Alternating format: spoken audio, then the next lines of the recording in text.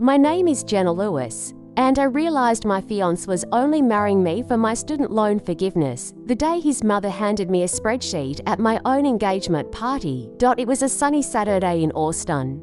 We were in the backyard of his parents' huge house, string lights, rented chairs. A ridiculous, she said, yes, balloon arch taking up half the patio. I was wearing a white sundress my sister had bullied me into buying, and a ring that cost more than my car. Everyone was tipsy on Prosecco and sweet tea. People kept calling me the future Mrs. Walker and telling me how lucky I was. I was lucky, in a way.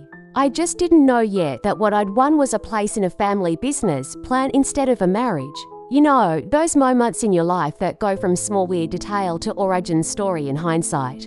For me, it wasn't a cheating text or a mystery hair on the pillow. It was a color-coded Excel file with my name on top. Welcome to Quiet Storm Stories, where women who thought they were building a life with somebody discover they were actually underwriting it and decide to walk away before the ink dries. If you've ever been the one with the good job and the stable income in a relationship where the other side keeps saying we're a team while quietly tying you to their debt, stay with me, because this is the time I broke off a wedding not because of another woman, but because of a spreadsheet. Let me back up. I'm 29, a nurse practitioner at a community health clinic in Austin, Texas. I grew up in a trailer park outside San Antonio, the child of a waitress and a mechanic. I'm the first person in my family to go to college, the only one with a master's degree, and, this will matter, the only one with a federal public service loan forgiveness contract. Translation: I work full-time in a qualifying clinic for 10 years.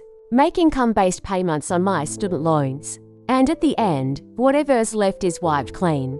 No tax bomb. No hidden catches. It's one of the few government schemes that actually feels like a deal. The catch, if you can call it that, is that the whole thing is based on your household income. Get married, and your payments can recalculate based on both incomes. Oh, and if you consolidate or refinance those loans with a private lender, PSLF dies. There is no resurrection. I knew all of that because I'd spent nights I couldn't sleep reading the fine print like a thriller. Liam knew it because I told him. Eventually, I met him at a friend's 4th of July party.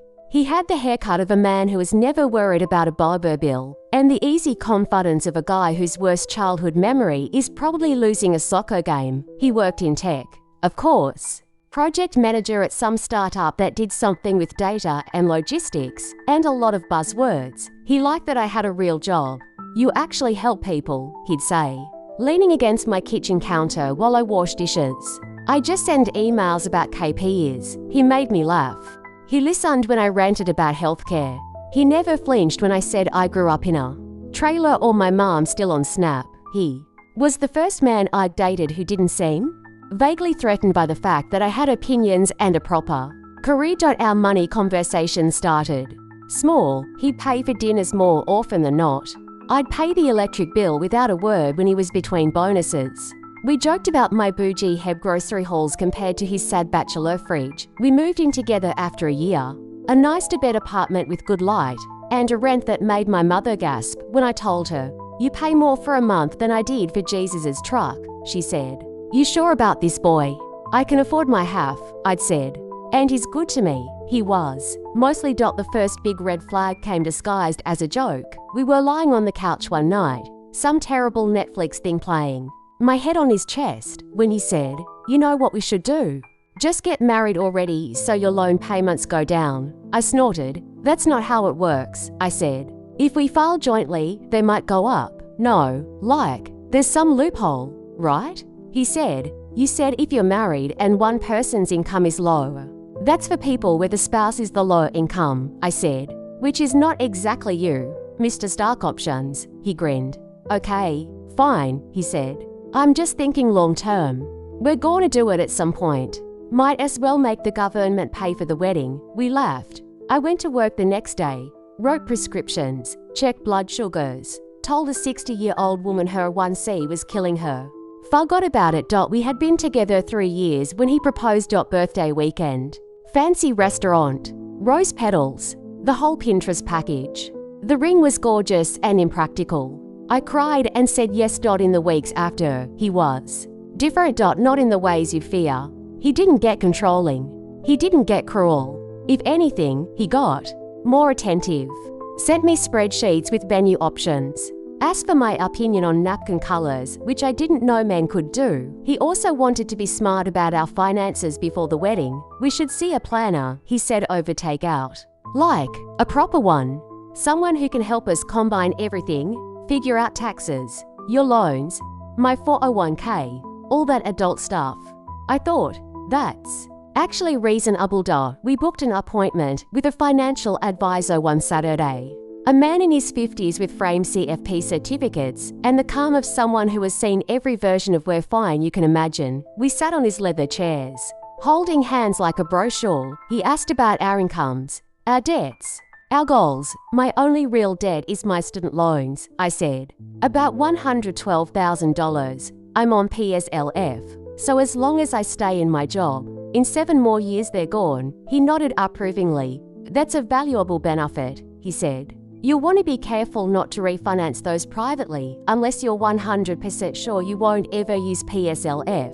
Liam leaned forward. But if we consolidate hers with mine, he said, couldn't we get a lower rate and kill them faster? We both make decent money. We could be debt-free in, what, 5 years? Then we'd be in a great place for kids and a house. The advisor shook his head. Again, only if you're not using PSLF, he said. If you consolidate federal loans into a private loan, you lose forgiveness entirely.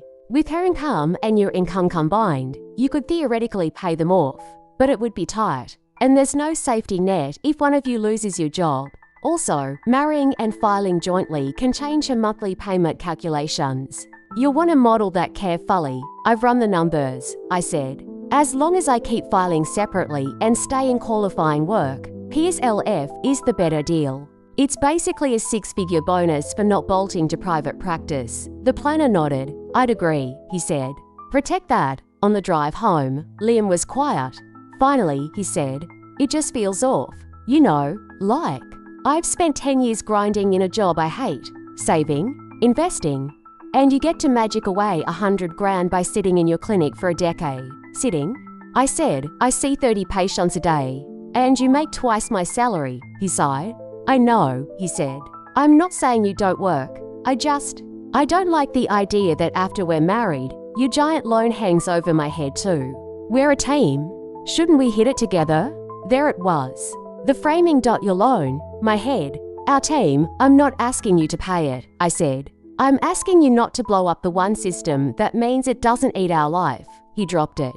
For then. Wedding planning rolled on. We picked a date, a venue, a DJ. My mother mailed me clippings from thrift stores of dresses she thought would look right fancy if I just got them taken in a bit.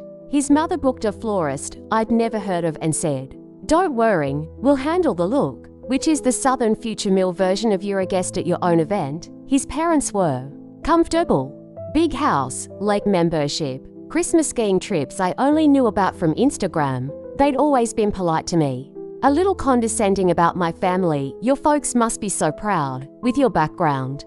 But not outwardly cruel. His mother, Diane, liked to talk about our family standards. Our men are providers, she'd say. Our women hold it together. We marry equals. No freeloaders. I took it as a compliment that she seemed to consider me worth the dress fittings and monogram napkins. About a month before the engagement party, she asked me to come over to talk numbers. It's just logistics, honey, she said. We want to know where we can help. I thought she meant centerpieces. Or chicken versus fish. I did not think she meant my loan contract. We sat at her big farmhouse table, coffee in front of us. She opened a silver laptop, turned it so I could see. On the screen was an Excel spreadsheet. At the top, in neat black font, post-wedding financial plan, Walker, Lewis, down the side. Rows, combined income, current rent, expected mortgage, children 1 to 2, Jenna student loans, Liam stock options, retirement contributions, household efficiency savings PSLF. Columns for now, Year 3, Year 5, Year 10. My throat went dry. You've been busy, I said. She smiled, proud. I just want you kids to start on the right foot, she said.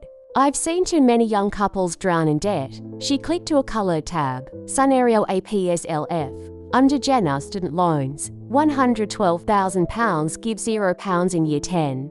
With minimum payments. Under net worth, a nice curve upwards. But slower, scenario B pay off together, Jenna student loans, £112,000 give £0 in year 5. With extra payments from combined surplus, under net worth, bigger curve, scenario C, refinance plus move to tech job, Jenna loans, £112,000 give £0 in year 4, clinic job, crossed out. New job, tech company health team, est. 30% higher salary, under that, in italics, no PSLF. But more money, less government strings. Better for kids. I stared at the screen. Delled. My career change. I said. She smiled as if she'd shown me a Pinterest board for bridesmaid dresses. It's just options, she said. Liam is very worried about you. What do you call it? Forgiveness plan? It sounds good on paper, but you never know with Washington. They change their minds. It would be such a shame if you wasted 10 years on a lower paid job, and then it vanished. Wasted. I said, sharp. I like my job. She did a little hand flutter. Of course, she said. But once you have babies, you won't want that schedule. We figured if you jump to a corporate health role, we can aggressively pay the loan down, get you into a bigger house sooner. And Liam will feel safe knowing you are. Hast doesn't follow you. Hast, trailer, snap. All the pieces she never quite named, but always circled. And scenario, I said, nodding at the PSLF tab. The one where I keep my job and the government does what it promised. She pursed her lips. It's fine as a backup, she said. But it's not really fair to Liam, is it? Him carrying such a big risk over his head. His head, I said. They're my loans. Married people's debts are married, she said. What's yours is his. You know how it works. I did. And I did and single quotes T. Legally, in Texas. My student loans were separate property unless we refinanced together. Emotionally, culturally, she was right. If I brought debt into their sparkling debt-free dynasty, it would always be my fault if anything went wrong. You've got a once-in-a-lifetime chance to marry into security, she said, leaning forward. We're not asking you to sign anything crazy. We just need reassurance you'll be sensible, that you won't drag Liam down with obligations from before. Obligations like the price of my education. Like my commitment to the patients who reminded me of my mother, I heard my own voice, distant. What exactly are you proposing? I asked. She slid a printed page across the table, a premarital financial agreement draft, not a full prenup. A weird, half prenup, half business memo. It said, in legalese, that I would make best efforts to refinance my loans within 2 years of marriage. I would prioritize employment opportunities that maximized household income if I failed to take reasonable steps to reduce the loan balance. Any marital assets used to pay, it would be credited to Liam in any future division. It was wrapped in pretty words about shared goals and transparent expectations. At the bottom, space for my signature. My stomach turned. Liam is on board with this, I asked. She smiled that chilly, satisfied smile I'd only ever seen when she got a bargain on a holiday rental. It was his idea to formalize it, she said. He's very responsible. Just wants to protect you both. My ears rang. They weren't asking me to walk into marriage with my eyes open. They were asking me to walk in pre-agreeing that his comfort mattered more than my calling. That my ticket out of poverty, a deal very few people ever get, was negotiable if it made their net worth charts prettier. I picked up the paper. Thank you for showing me this, I said. She relaxed, thinking she'd won at the party tonight.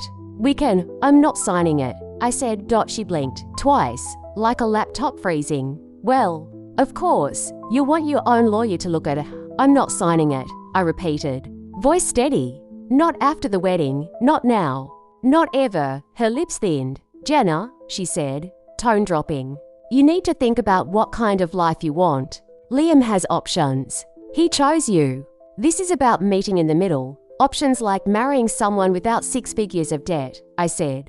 If that's what he wanted, he should have said so on our first date. Her eyes flashed. Don't be crass, she said.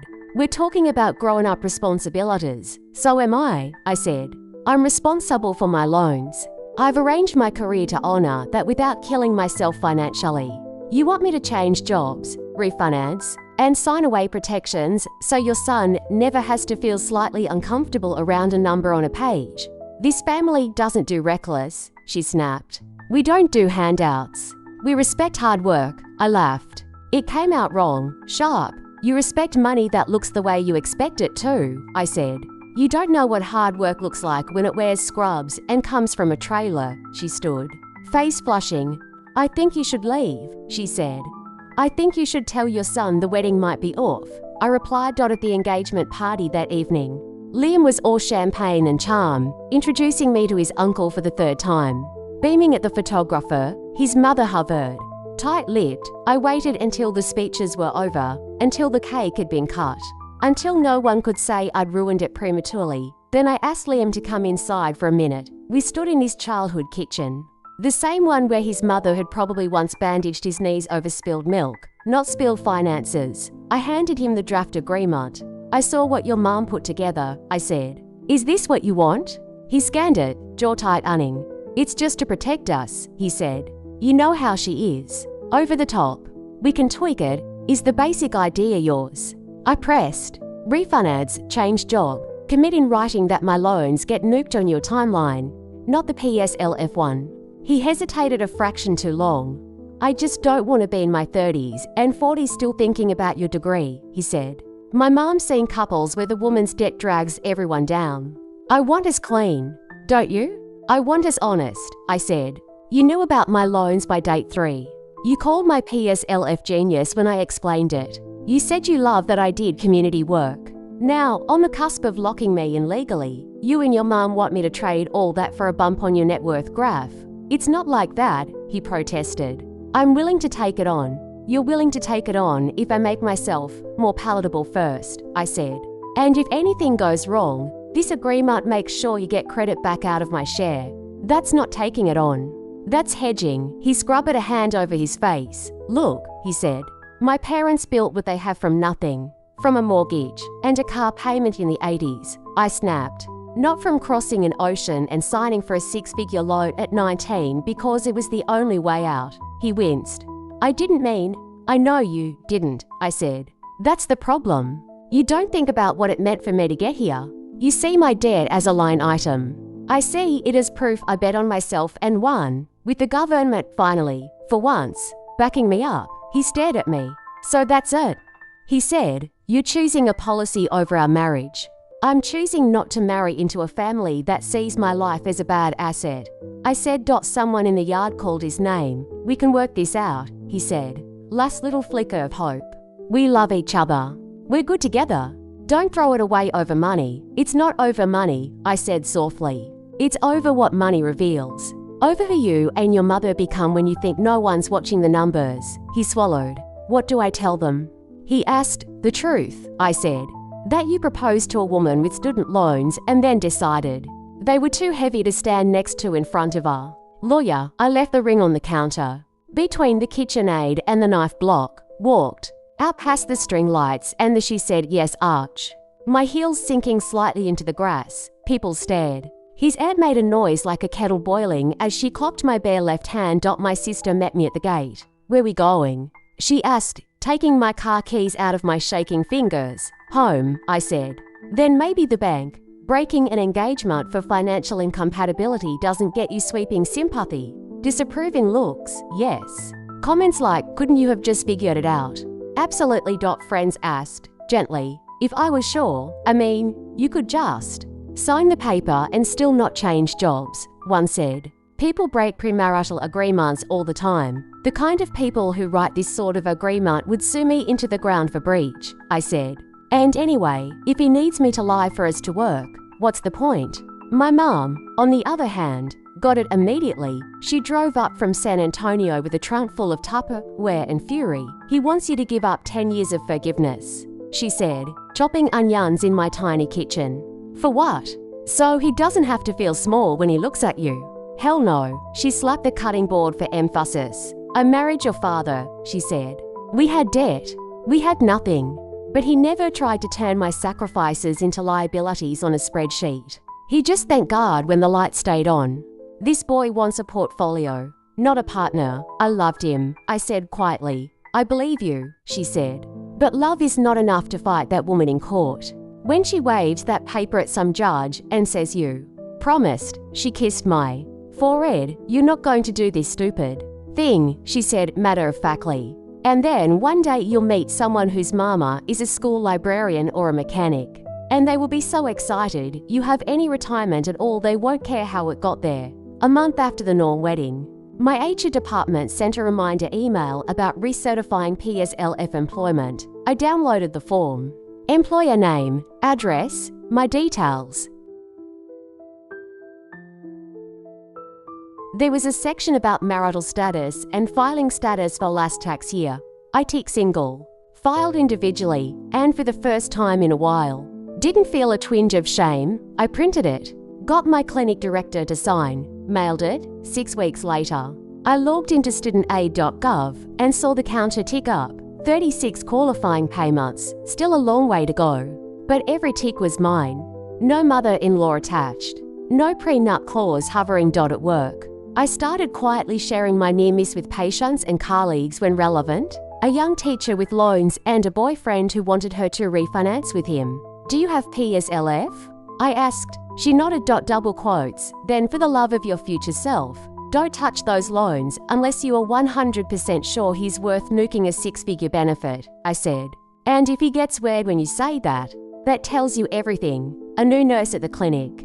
Tears in her eyes because her fiancé's parents called her a bad bet for having credit card debt and a car note. You are not a stock, I told her. You are a person. They want a return, not a partner.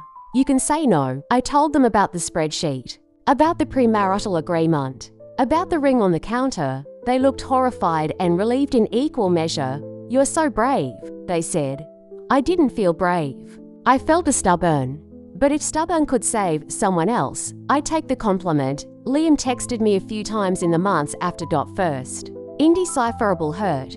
I can't believe you blew up our life over a piece of paper. Attempted guilt. My mum is devastated. She already put deposits down. Do you have any idea what this cost us? Then, just before what would have been our wedding date, I still love you. We could have worked this out. I hope your loans keep you warm at night. I typed and deleted a dozen replies. In the end, I sent one line. I hope your net worth does the same. Then I blocked his number. A year later, I bought a second-hand Corolla. 10 years old, cheap, reliable. The salesman, a guy in his 20s with a fading sunburn, tried to upsell me. With your income, you could get into something way nicer, he said. Newer SUV, better features. I like simple, I said. And I like not owing anyone 6 years of my life, he whistled. Most people our age don't think like that, he said. You must have had some experience. I smiled. You could say that. I said, if you've read this far wondering whether you're a bad person for wanting to protect a government program that finally breaks your way. You're not. You are not.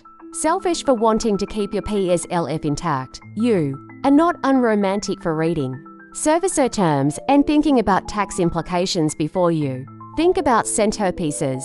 You are not choosing money over love if you decline to marry someone whose version of love requires you to sign away a unique, time-limited chance to not be crushed by debt. Let me put it like this. If you were engaged to someone with a fully vested pension and their family handed you a document saying, please agree that if you ever divorce, you don't get any of this. And also you'll contribute 30% of your own savings to help keep it funded. Would you sign? Or would you say, why is the only fair deal the one where I sacrifice and you secure? Student loan forgiveness isn't magic. It's earned. In clinics, in classrooms, in public defenders' offices and non-profit cubicles. If you've structured your life around it, that's not laziness. That's strategy. If someone enters your life and their first instinct on seeing that strategy is, how can I co-opt that first without any risk to me? That's data. You can love them. You can cry.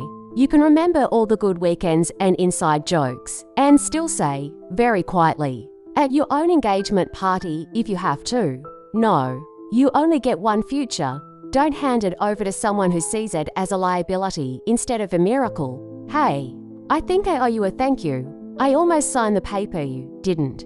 3 months after I'd left Liam's ring on his mother's granite countertop. My life looked boring from the outside. I went to the clinic. I drew up insulin. I chased blood results. I drove my very unremarkable Corolla home, made lentils and rice, watched trash TV with my sister over Fassa time. There were no more cake tastings, no more Pinterest boards, no more emails from florists starting dear bride-to-be. There was also no future mother-in-law, breathlessly sending me refinancing calculators at 11. P.M. Silence is underrated. The DM was from a woman I didn't know. No mutual friends. Just a little round profile picture and a wall of text. She'd seen a Reddit post my sister had written, anonymizing my whole fiasco. Aita for breaking off an engagement because his parents wanted me to refinance my PSLF loans. Apparently, Reddit had mostly voted. NTA. No, you are not the asshole. I read that an hour before a family meeting my fiance's parents had called. The woman wrote. They had a printout ready too. Same words, best efforts, refinance, household income. I walked in, saw it, and told them I was going home to think. Then I broke it off. So, thanks for being the one who went first. I stared at my phone on my little IKEA couch, feeling something shift. Up until then, the story had been mostly humiliation in my head. The party, the arch, the ring on the counter, me in my sundress walking out while his aunt's mouth hung open. Now, here was a second woman whose life had almost followed that same script, decided to change the ending, and was telling me that my mess had functioned as a kind of flare. I typed back, I'm sorry you went through that. I'm glad you got out. PSLF girls have to stick together. She sent back a little crying laughing emoji. PSLF girls sounds like a band, she replied. Or a support group. We joked about starting a retreat where everybody brings their latest Fed loan statement, and we all burn symbolic copies of refinance offers while eating cake. But the idea of a support group stuck. Not an actual circle in a church basement, but a mental category. Women whose debts and deals made their love lives more complicated than ring adverts ever admit. At the clinic, money stories started coming to my consult room more often than chest pains. A social worker sent me a patient in her 20s with migraines and panic attacks that never seemed to clear. In the exam room, with the door closed, she admitted, my fiance's parents keep telling me I'm lucky they're letting him marry someone with $150,000 in loans. They want us to move in with them so we can throw everything at my debt. I haven't slept properly in months. I asked if she'd heard of PSLF. She had. She was on it. She loved her job at a Title I school. She was terrified that marriage would either tank her forgiveness or tie him so closely to her loans he'd resent her forever. They talk about my degree like it's some selfish thing I did, she said. Like I went off to grad school purely to make their son's life harder. I told her my own story, stripped of names and specific amounts. She stared.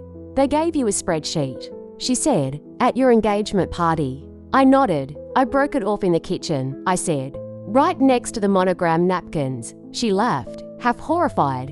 And you're okay, she asked. Like, life went on. Life went on, I said. I still have my job. My loans are still marching towards forgiveness, one payment at a time. My mother no longer has to fake liking a woman who sees me as a balance sheet. I paused.